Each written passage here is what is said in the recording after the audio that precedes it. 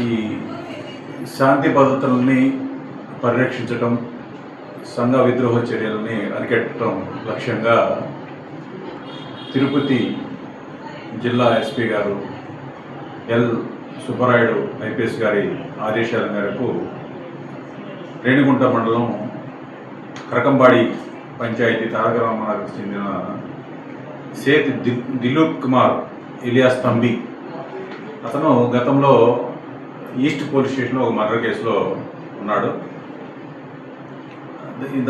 దానివల్ల హత్య కేసులో ఇన్వాల్వ్ అయినందువలన అతని మీద రౌడీ షీటు ఓపెన్ చేసి రేణిగుంట పోలీస్ స్టేషన్లో మెయింటైన్ చేయడం జరుగుతుంది.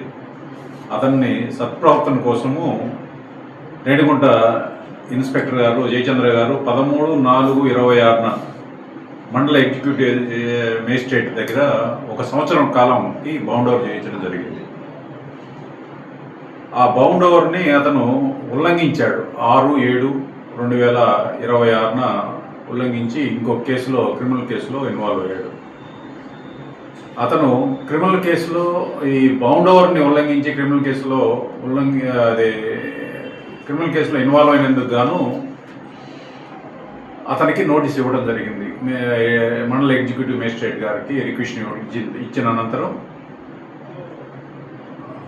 మండల ఎగ్జిక్యూటివ్ మేజిస్ట్రేట్ గారు నోటీస్ ఇవ్వడం జరిగింది. ఆ నోటీసులో అతను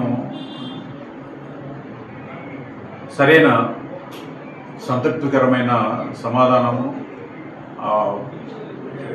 బౌండ్ ఓవర్ అమౌంట్ని పే చేయనందువలన ఈరోజు రేణిగుంట మండల ఎగ్జిక్యూటివ్ మేజిస్ట్రేట్ శ్రీ శ్రావణ్ కుమార్ గారు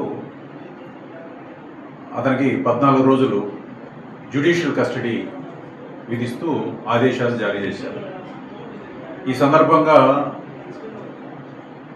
ఈ శాంతి భద్రతలకు విఘాతం కలిగించే వారికి,